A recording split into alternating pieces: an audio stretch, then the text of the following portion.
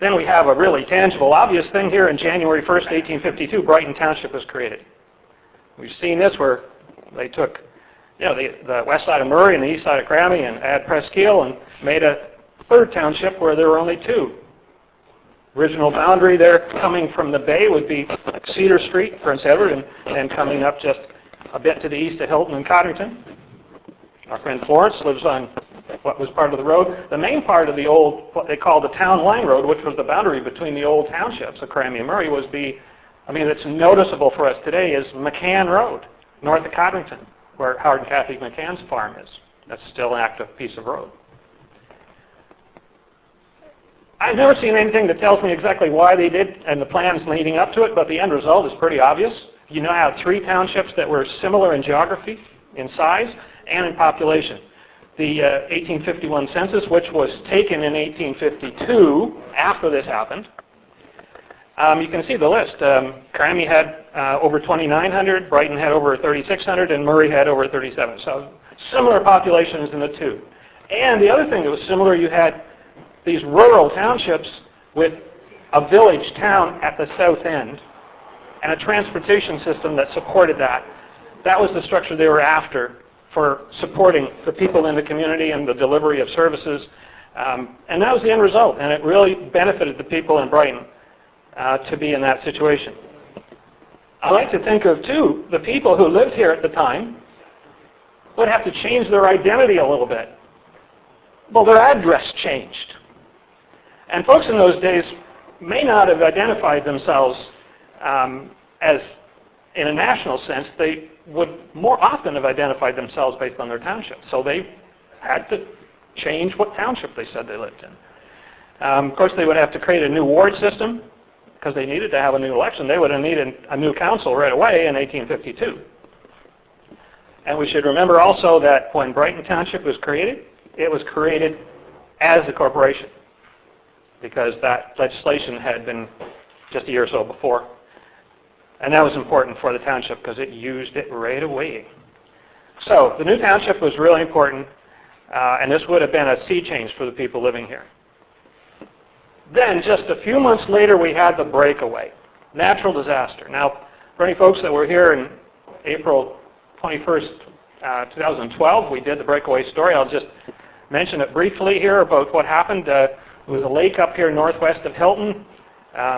On this night, April 21st, 1852, after a couple of days of rain and snowmelt, the gravel bank gave way and the water all came cascading down the creek to the northeast from there. There's a sawmill just east of where number 30 highway goes through the valley there. Lewis Shearer had a sawmill there, and he and John Harrington were working the sawmill, and they got washed away with the sawmill and were dug out of the mud the next day. And another sawmill down the way was damaged. This was a huge disaster for the community. On the one hand, two of their main breadwinners in the community were lost. So you had a widow and a bunch of kids. Both these men had families. Now, in those days, extended families come together, but it was still a shock to the community. This was the time that the lumber business was at its peak. The 1851 census shows that 19 sawmills were operating in Brighton Township at the time. Well, 17 now, because two of them went out of commission. So that would have had an effect in the business community. But I think the most lasting effect was that it damaged the road. In those days, the road from Brighton north into the township was the old Percy Road. Started over there to the west side of Brighton, Percy Street, and went up Cankerville and Hilton, and then on up to the northwest to Norham. That was the old road. It had been there. In the 1850 maps, it talks the old road, so it was the old road even then. And it went right around the edge of this lake. So when the lake gave way, a big section of that road was damaged, and they would have had a big mess with detours and whatnot for a time. So this was a major disaster in the community in several ways. So how did they respond? Well, they built the Brighton and Seymour gravel road. They knew the old Percy Road needed replacing. They'd been talking about that for some time because it was old and narrow and hilly and muddy. And with all this new business that was going on, all these lumber wagons coming down to the bay, people would have been complaining. So in the winter, over that year, again, they would have had their election, got a council together. Imagine interesting to be a fly in a wall in those council meetings. What was their major topic? What was their priority? It was to get a road built.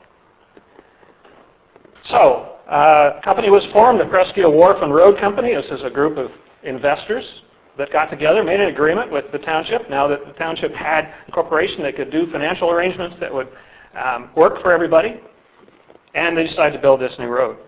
They started right off in the spring of 1853 with Harbor Street. The Harbor Street section was first, and they built that out to what they called Butler's Mills, which is where Harbor Street comes out to County Road 64 there now, and on up Prince Edward Street and kind of out to the north, more or less the route that number 30 highway takes today.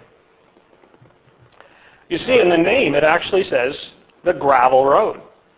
Seems kind of odd to us that would put gravel in the name. Well, that's because gravel was an amazing phenomenon for them at the time. New technology. They only started building gravel roads around here in the 1840s, and they realized how much better they were.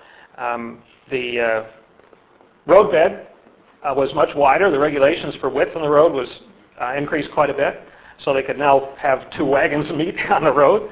The way the roadbed was constructed had some rules and regulations about using the materials properly so that it would drain and be. It was a much better road. And the route that it took was less affected by creeks and steep hills. So this road would have been a real positive phenomenon to the people all up in the township and from the north coming down from Seymour and Percy and Crammy. It would have been identified right away as a very positive thing.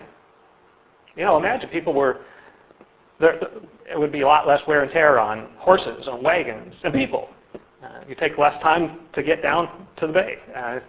It would have been seen as a very positive thing. And of course, the other thing that happened after the road was built, lots of folks who had businesses and stores and whatnot over on the old road, there was little villages all the way up along the old road.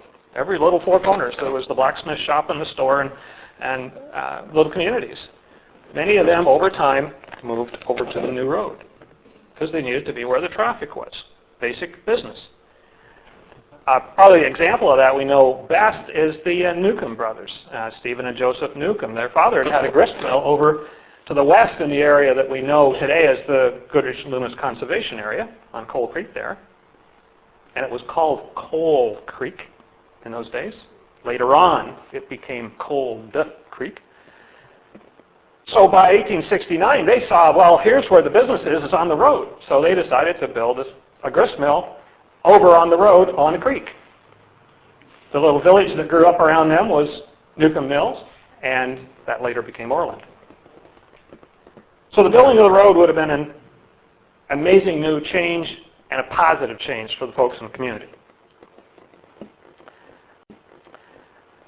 An aspect of the roads in those days that is interesting is toll gates.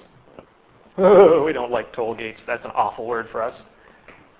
But for them, it was a really practical way to finance the road. I just have a map here. It's like a modern street map of Brighton, which I've indicated the locations of three of the toll gates that we know about. One of them was right down here. Gate number 1 was right here at Prince Edward and Cedar Streets, which would get the traffic south and east. There was one, of course, right in the middle of town, Main Street and Prince Edward right there. And there was also one over at the corner of of Main Street and Percy Street, which still was very important. I think there was toll gates up at Cankerville and at Spring Valley as well. Now, toll gates were a really important business in the community. There's lots of talk about the exchange of the concessions for the toll gates. The businessmen wanted to have the concessions because you could make money doing this. There are some quotes in the Toby book, which Toby book. Do you know what I mean by the Toby book? I happen to have it here. Folks at the library have allowed me to take it out. It's not circulated. There's only one of them. Actually, there may be a couple in like I think Trenton Library has one, California Library. Toby, The History of Brighton. This is a book that was assembled by Wilmot Toby, was of the Toby family that settled here early on. And in the 1970s, it was taken on as a thesis project by a student at Queen's University, and put it together, put indexes with it, and added some material, and here you have the result. This is dynamite stuff. This is the best collection of local history we have. I use it all the time. We've scanned it. I have a PDF copy on my computer, and I use it all the time. As a matter of fact, the main problem is I can't get away from it.